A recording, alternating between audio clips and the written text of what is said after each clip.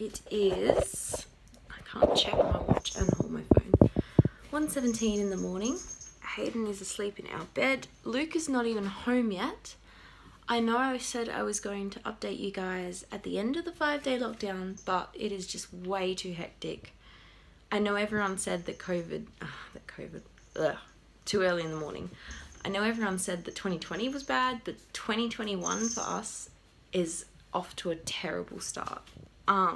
Basically, Luke is still at work because numbers for his work have skyrocketed. Obviously, he supplies food, so people are bulk buying and panic buying, and at home can't really go shopping, so his numbers are crazy high. He's still at work and hasn't even finished yet, and it's like almost 1:30 in the morning. And then to make matters worse, there is a massive, sorry, I don't know why my eye is so itchy.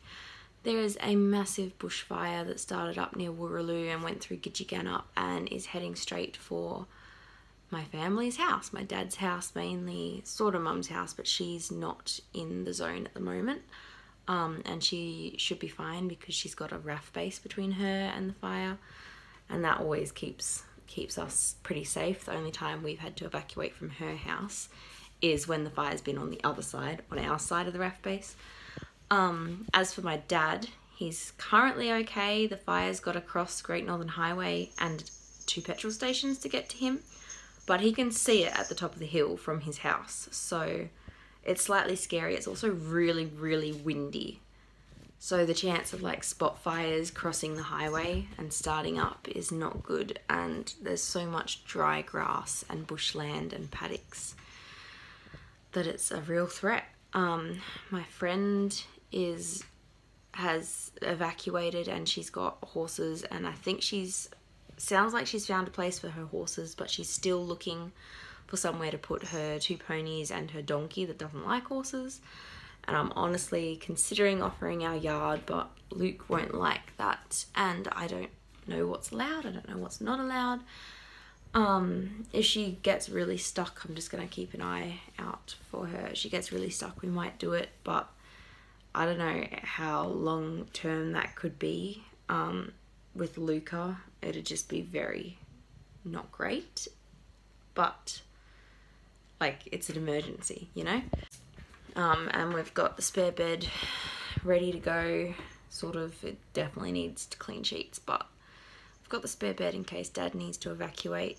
But there's COVID restrictions. We're not meant to be going anywhere or seeing anyone, and yet everyone has to evacuate, and it's like, evacuation centres aren't up. There's no evacuation centre because there can't be because of COVID restrictions. There's not allowed to be gatherings, and I'm like, what do people even do, you know? Like, and I don't blame the government or whoever usually runs the evacuation centres, because what's a bigger threat? You know, COVID, if that gets out in the community, is going to kill heaps of people, and it's more likely to kill heaps of people versus people evacuating and not having somewhere to evacuate to. It's not going to kill them, you know. They might just have to stay in their car for a bit, but until they find somewhere to go. But like, for those people, it still sucks, and it's still like, I feel like I wouldn't really care about COVID right now if I was them, you know? Anyway, I obviously can't sleep. I actually fell asleep with Hayden at like 8 o'clock. He's not even in his PJs or anything. And I woke up to flashing blue and red lights out the front, and I panicked thinking that it was an ambulance, because obviously we have a lot of elderly neighbours and families. It's all like elderly or young families. And I was like, oh no, just thinking the worst, thinking one of the elderly neighbours was going in an ambo. And it pulled up at the house with the oldest, I think, of our neighbours. But it was a police car, and I was like, oh, thank God. They actually pulled up a car full of people that live next door to the elderly neighbour. The whole household didn't have masks on and was in the car, and I was like, that's a bit weird. Like, where are they coming from? at 11:30 at night. This was about 11:30. With the kids and everything, the whole household was driving from somewhere during lockdown, and I'm like, that's just a bit weird. But I don't know the situation, and it was like all calm and chill with the police, and the police just left, so hopefully it was all sorted out and they just pulled into their driveway. And yeah, that was that. There's a little bug in front of my face. I don't know why they pulled, like, they're like pulled over for the police, obviously, but they literally pulled over in front of their own driveway, and I'm like, why didn't you just pull into the driveway? But anyway, but yeah, so I have to update you guys. Probably not going to edit this whatsoever and just upload it. I apologize, but that's what's going on at the moment. Subscribe if you want to hear more news. I will somehow try and put in a picture from my dad's house of the fire on the hill. It's not a very good picture because it's late at night, but anyway.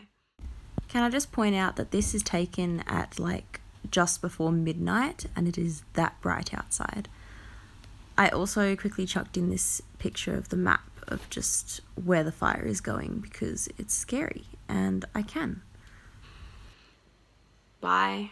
And Murphy's Law is hitting us, and I really just hope everything calms down and we wake up. Oh, Dad also still doesn't have power.